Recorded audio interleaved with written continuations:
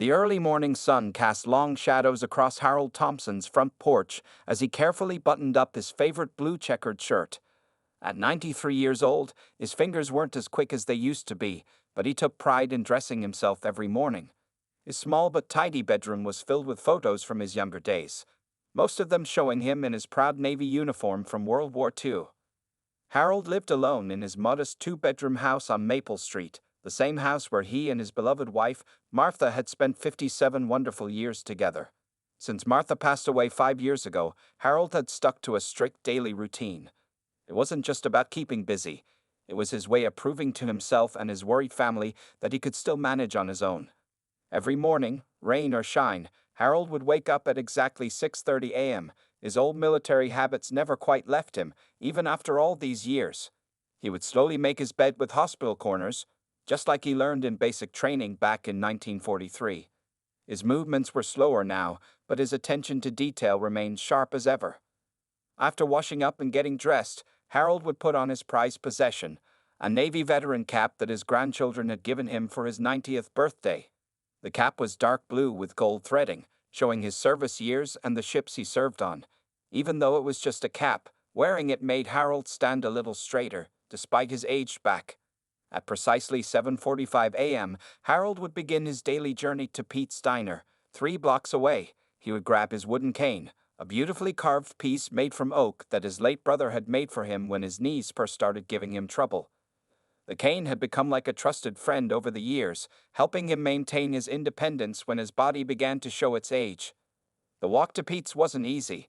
The sidewalk had uneven spots that Harold had memorized over the years. He knew exactly where to place his cane to avoid stumbling. Mrs. Rodriguez, who lived 2 houses down, would often be watering her flowers as he passed by. They would exchange warm greetings, and sometimes she would offer to drive him to the diner. But Harold always politely declined. For him, this walk was more than just a way to get breakfast.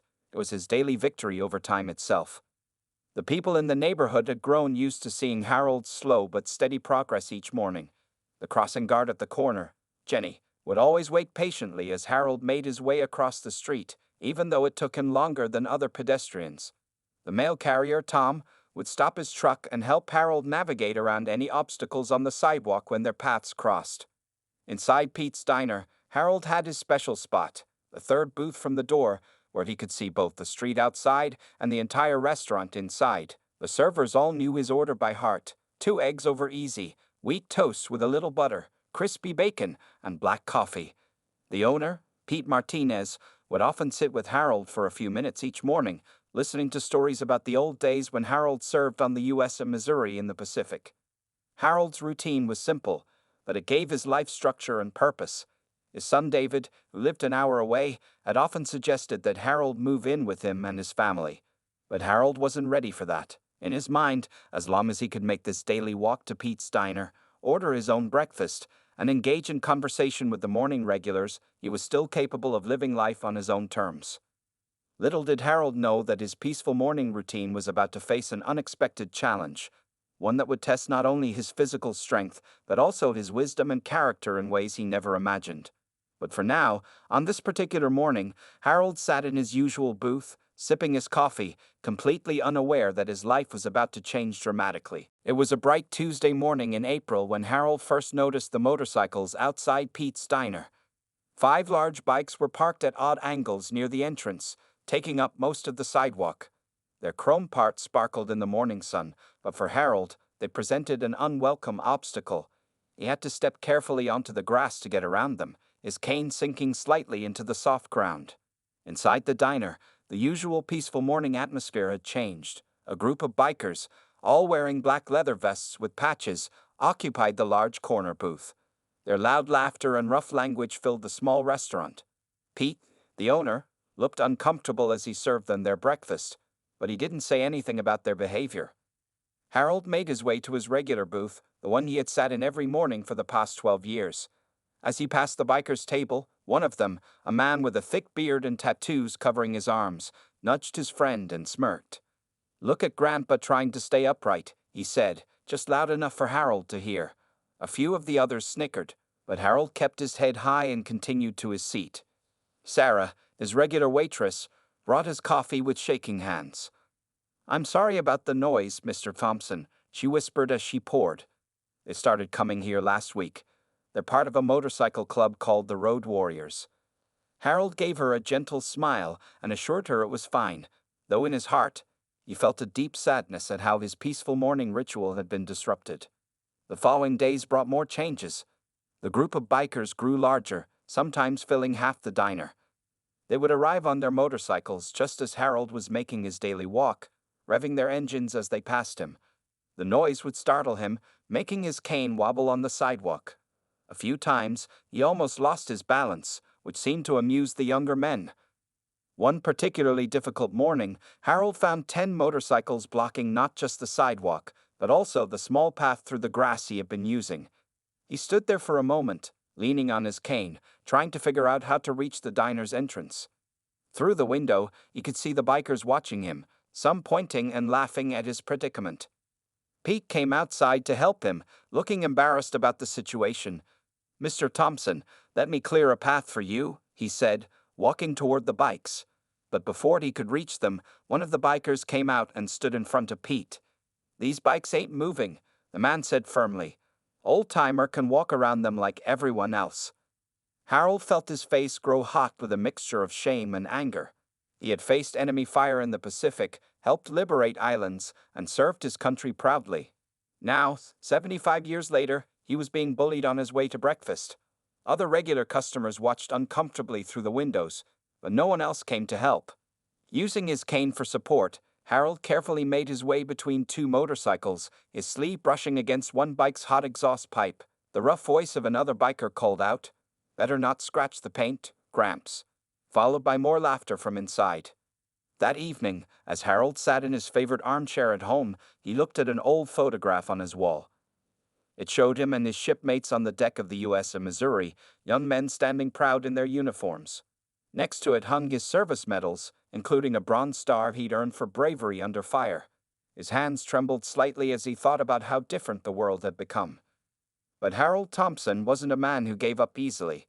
As he watched the sunset through his living room window, his mind began forming a plan. These young bullies thought they could intimidate an old veteran, but they were about to learn an important lesson about respect, courage, and the unbreakable spirit of a man who had faced far worse challenges than a group of inconsiderate bikers. The morning started like any other, with Harold carefully choosing his clothes and putting on his Navy veteran cap. But there was something heavy in the air, a feeling that told him this day would be different. As he looked in the mirror, he noticed the dark circles under his eyes, evidence of another sleepless night spent worrying about his morning walk to Pete's diner. The weather had turned chilly, and Harold's joints ached more than usual. He gripped his cane tightly as he made his way down his front steps. Mrs. Rodriguez wasn't in her garden today, and Harold missed their usual morning greeting. The street felt emptier, lonelier somehow, as if the world was holding its breath. As he approached Pete's diner, Harold could hear the familiar rumble of motorcycles. Today, there were more bikes than ever. 15 of them lined up like metal soldiers blocking his path. The morning sun reflected off their chrome pipes, nearly blinding him. You could see the bikers inside through the window, their leather vests decorated with patches that seemed to mock him with their aggressive symbols. Harold had almost reached the diner's entrance when it happened. A tall biker with a red bandana was walking out, carrying a cup of coffee. As he passed Harold, his elbow knocked against Harold's cane, sending it clattering across the sidewalk.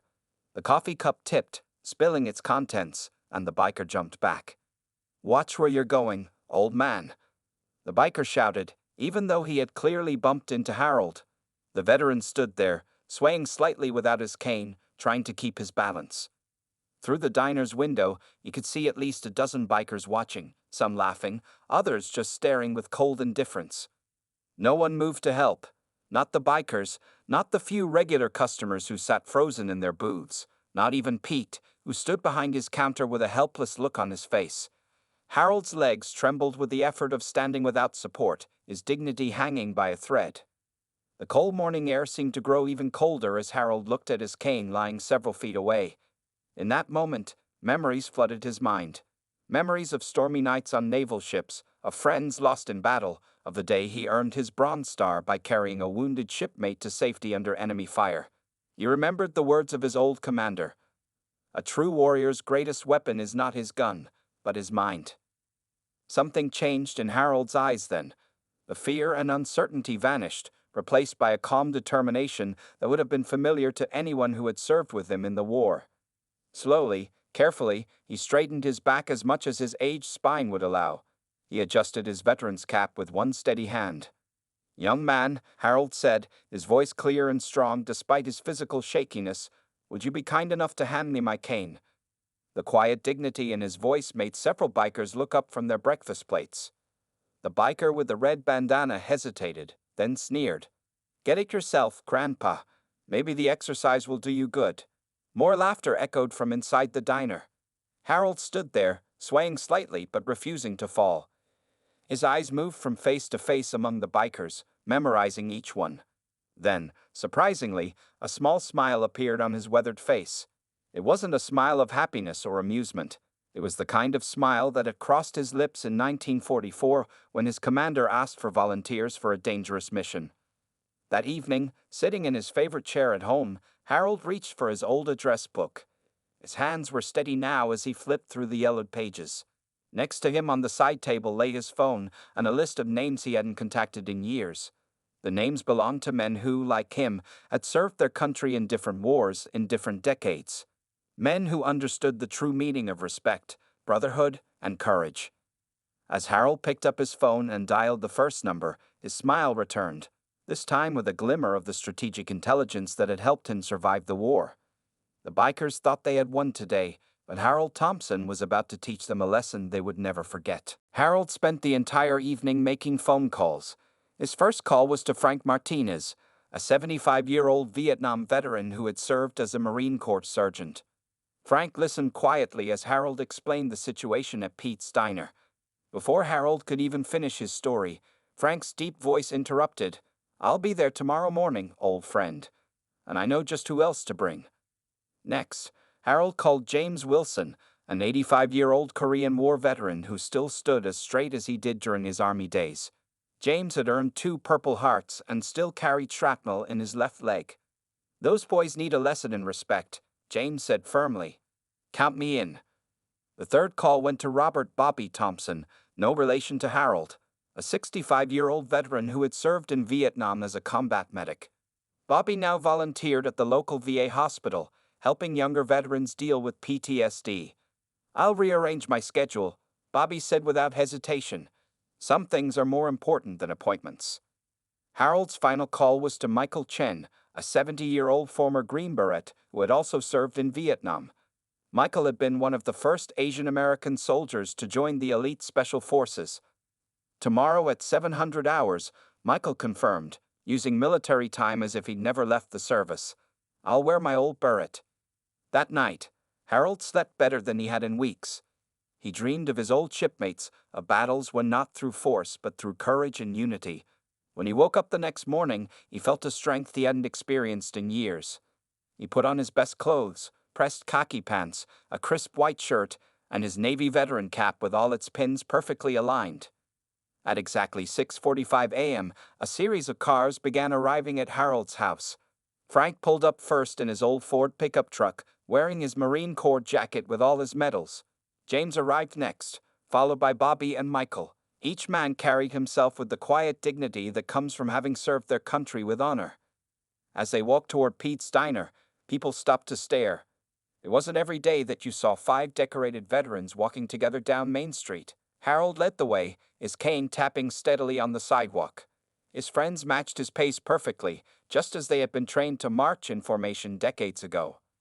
The bikers' motorcycles were already parked outside Pete's, taking up their usual spaces on the sidewalk.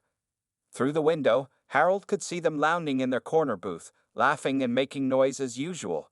But their laughter died down as they noticed the group of veterans approaching. Inside the diner, a strange silence fell. Pete stood behind the counter, his eyes wide with surprise. Sarah, the waitress, stopped in mid-pour at a customer's table.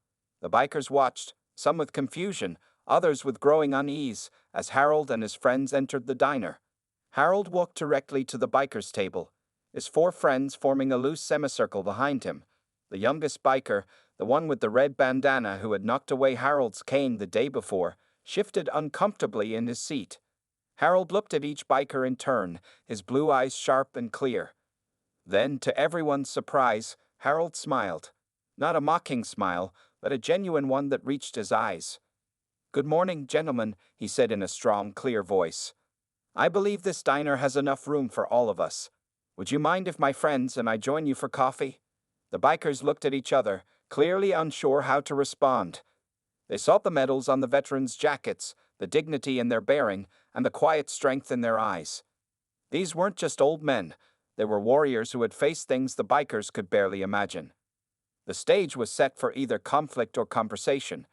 Harold had made his move, responding to bullying not with fear or anger, but with an invitation to build understanding. Now everything depended on how the bikers would respond to this unexpected show of both strength and grace. Time seemed to stand still in Pete's diner as everyone waited for the bikers' response to Harold's invitation. The morning sun streamed through the windows, highlighting the dust particles in the air and the steam rising from coffee cups. The only sound was the quiet hum of the refrigerator behind the counter. Mike, the leader of the bikers, slowly stood up. He was a tall man with broad shoulders and arms covered in tattoos. One tattoo on his forearm caught Harold's eye. It was a military insignia, partially hidden under his leather jacket. Mike looked at his fellow bikers, then back at Harold and his friends. "Why would you want to sit with us?" Mike asked, his voice gruff but not hostile. "After how we treated you." The question hung in the air like morning fog over a battlefield. Harold's response was steady and clear, because every story has two sides, stun, and I think it's time we heard yours. He gestured to an empty chair. "May I?" The simple question carried the weight of decades of military courtesy.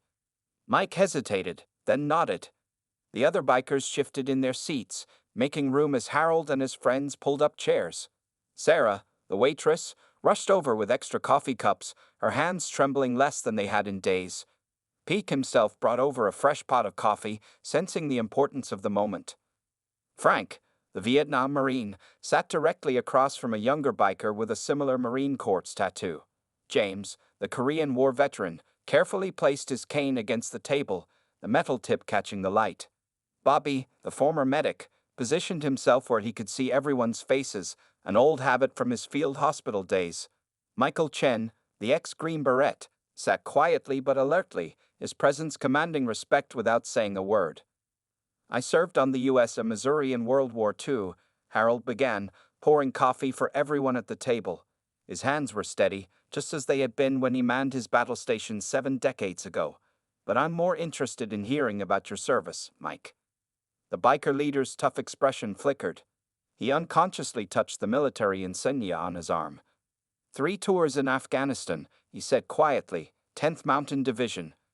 A look of understanding passed between Harold and his friends. The 10th Mountain Division was known for facing some of the toughest fighting in Afghanistan's rugged terrain.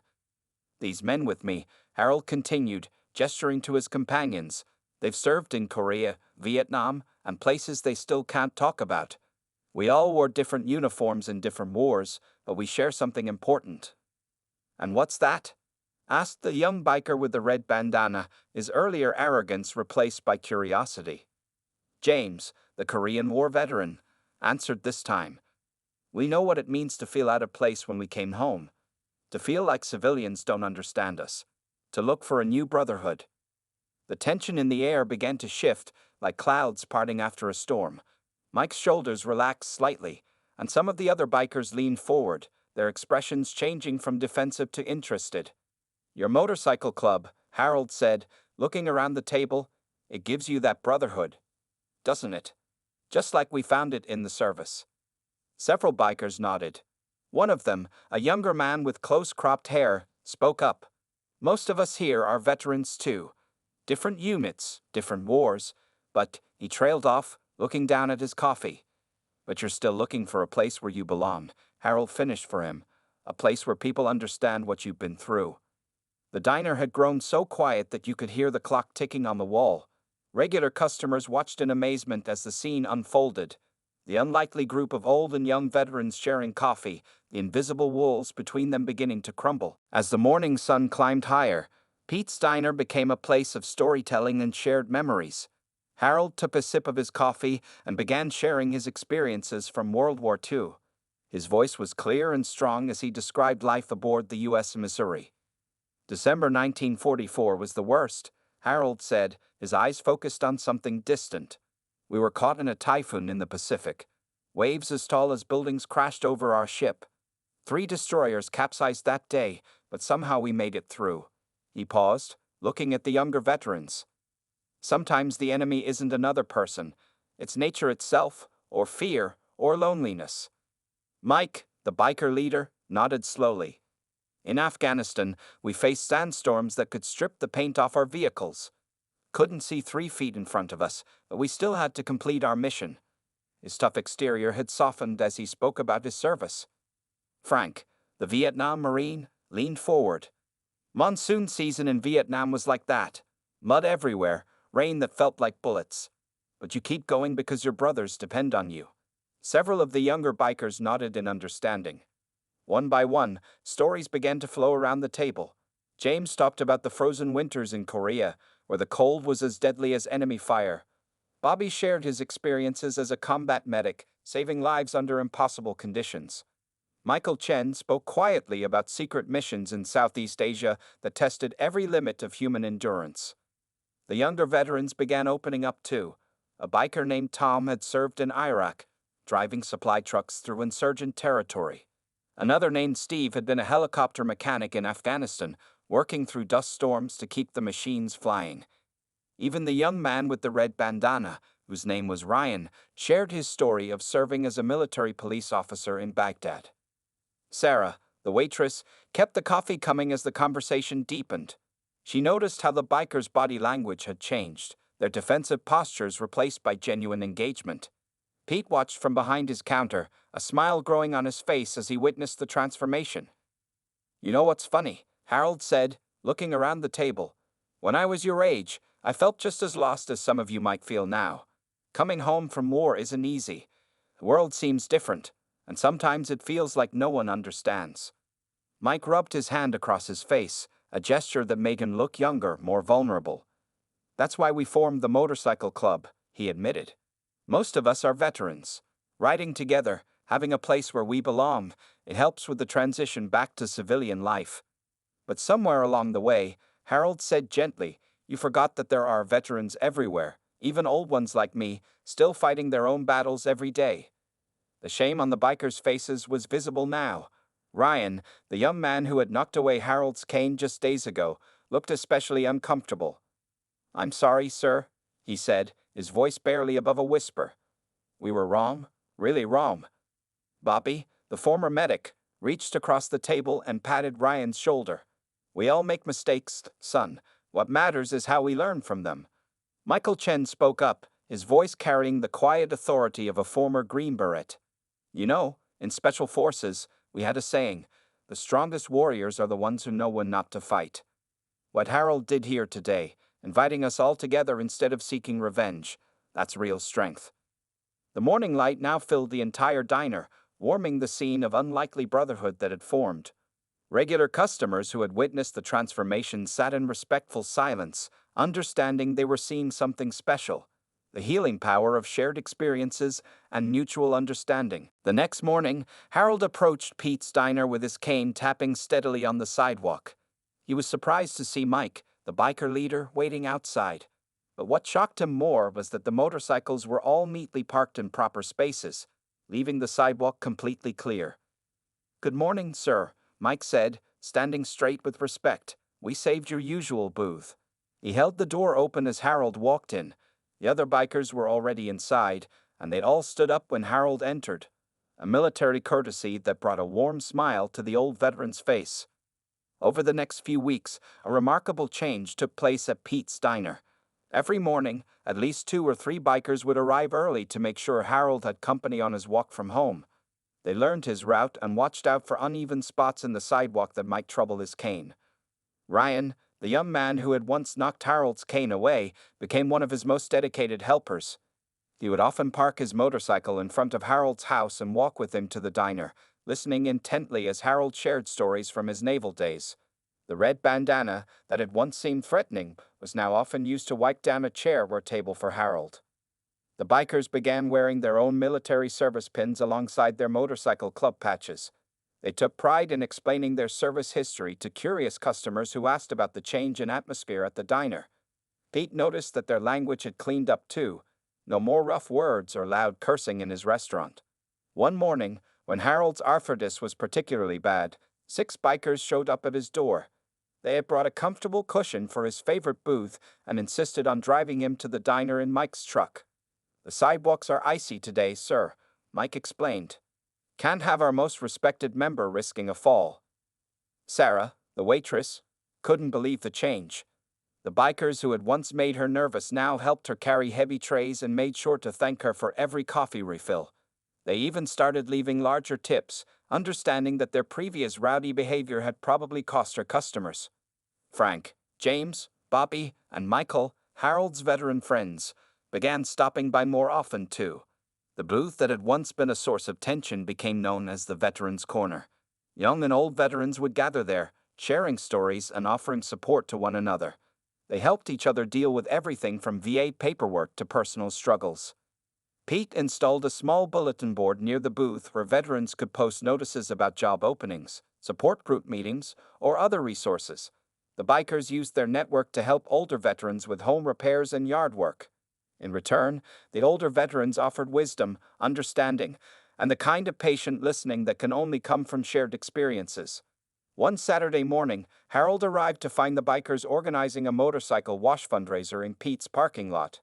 They were raising money to buy new benches for the local VA hospital. Mike approached Harold with an unusual request. "Sir," he said, standing respectfully, "we'd like to make you an honorary member of our club." He held out a leather vest, smaller than their usual ones. On it was a special patch that read U.S. Missouri, Road Warrior Elder. The bikers had had it custom made for Harold. Harold's hands trembled slightly as he touched the vest. The other bikers gathered around, their faces showing genuine affection and respect. Pete came out from behind his counter to watch, and Sarah wiped happy tears from her eyes. "You know," Harold said, his voice thick with emotion, "when I was serving in the Pacific, we learned that the strongest weapon in our arsenal wasn't our guns or our ships. It was the bonds between us, the trust, the respect, the brotherhood." He looked around at the transformed group of bikers. "Looks like that lesson still holds true today." 1 year had passed since the morning Harold first confronted the bikers with his veteran friends. Pete's Diner had become famous throughout the town, but not for its food alone. Local newspapers and even a regional TV station had picked up the story of the unlikely brotherhood that had formed between the 93-year-old World War II veteran and the motorcycle club. On a bright Sunday morning, the diner's parking lot was filled with motorcycles, cars, and people. It was Harold's 94th birthday, and the Road Warriors had organized a special celebration. Veterans from all over the state had come to join them. The local mayor stood near the entrance, waiting to present Harold with a special certificate of recognition for his contribution to the community. Harold arrived wearing his Navy veteran cap and the leather vest the bikers had given him. Mike and Ryan walked beside him, not because he needed help anymore. His steps had grown stronger over the past year with all the walking and support, but because it had become their morning ritual. Inside the diner, the walls had been decorated with photographs showing the transformation over the past year. There was a picture of Harold's first morning with his veteran friends, another of him sitting on Mike's parked motorcycle, carefully supported by 6 nervous bikers, and many showing the various community projects they had completed together. The Veterans Corner booth had been decorated with flags from all branches of the military. Above it hung a new plaque that read Harold's Corner, where brotherhood knows no age. Pete had installed it the night before as a surprise for Harold's birthday. Sarah moved through the crowd with a cake she had baked herself, decorated with both military and motorcycle themes. Her hands were steady now, confident among the bikers who had become like family. The crowd sang Happy Birthday, their voices filling the small diner with warmth and joy. After the mayor's presentation, Mike stood up to speak. The tough biker leader looked nervous as he cleared his throat. "A year ago," he began, "we were just a bunch of lost veterans trying to find our place in the world. We thought being tough meant being disrespectful. We forgot the most important lessons we learned in service: honor, respect, and looking out for our brothers and sisters. He turned to Harold. You could have reported us to the police for harassment. You could have tried to get us banned from Pete's. Instead, you showed us what real strength looks like. You reminded us who we really are, not just bikers, but veterans, servants of our country, and most importantly, family. The Road Warriors had one more surprise for Harold. They announced the creation of the Harold Thompson Veterans Support Fund. The bikers had raised money through their motorcycle wash events and other fundraisers throughout the year. The fund would help veterans of all ages with everything from home repairs to medical bills. Harold stood up slowly, supported by his cane, and looked around the packed diner. He saw young and old veterans talking together, sharing stories and laughter. He saw Pate behind his counter, beaming with pride at what his diner had become. He saw Sarah showing some young veterans the proper way to fold napkins into military symbols. When I was young, Harold said, his voice clear and strong, I fought in a war to protect our way of life. But the greatest battle I ever won was right here in Pete's diner. It wasn't fought with weapons, but with understanding. It wasn't won with force, but with respect. He gestured to the crowd around him. Look at what we've created together. This isn't just a diner anymore. It's a home for every veteran who needs one. And that, my friends, is the greatest victory of all. As the celebration continued, regular customers stopped by throughout the day. They all knew the story now, how an old veteran's courage and wisdom had transformed a group of troubled bikers into community leaders, and how a simple diner had become a sanctuary for veterans of all ages. Harold's story had become a legend in their town, a reminder that it's never too late to make a difference, and that true strength often comes in the most unexpected forms.